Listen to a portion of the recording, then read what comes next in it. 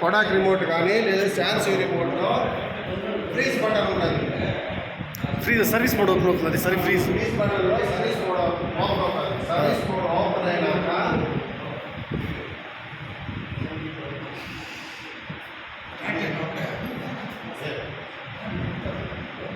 వాళ్ళ కోసం మనం వెయిట్ చేయాలి, మన కోసం వాళ్ళు వెయిట్ చేయాలా.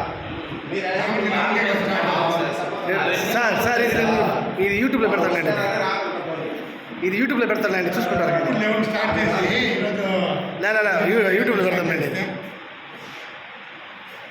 ఫ్రీజ్ ఫ్యాక్టరీ మోడ్ ఓపెన్ చేసి ఫ్రీజ్ బటన్ ఓపెన్ ప్రెస్ చేస్తే సర్వీస్ మోడ్ ఓపెన్ అవుతుంది.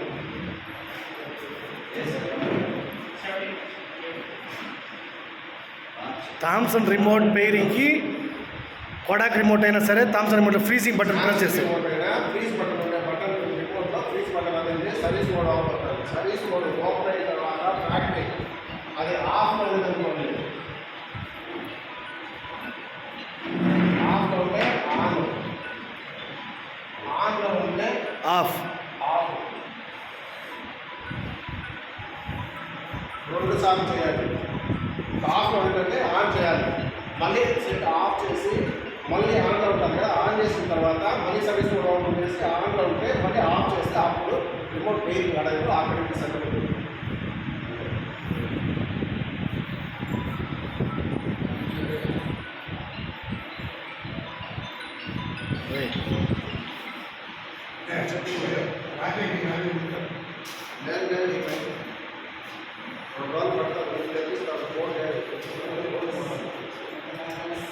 గ్రూప్లో పెట్టాలని చెప్పాలి.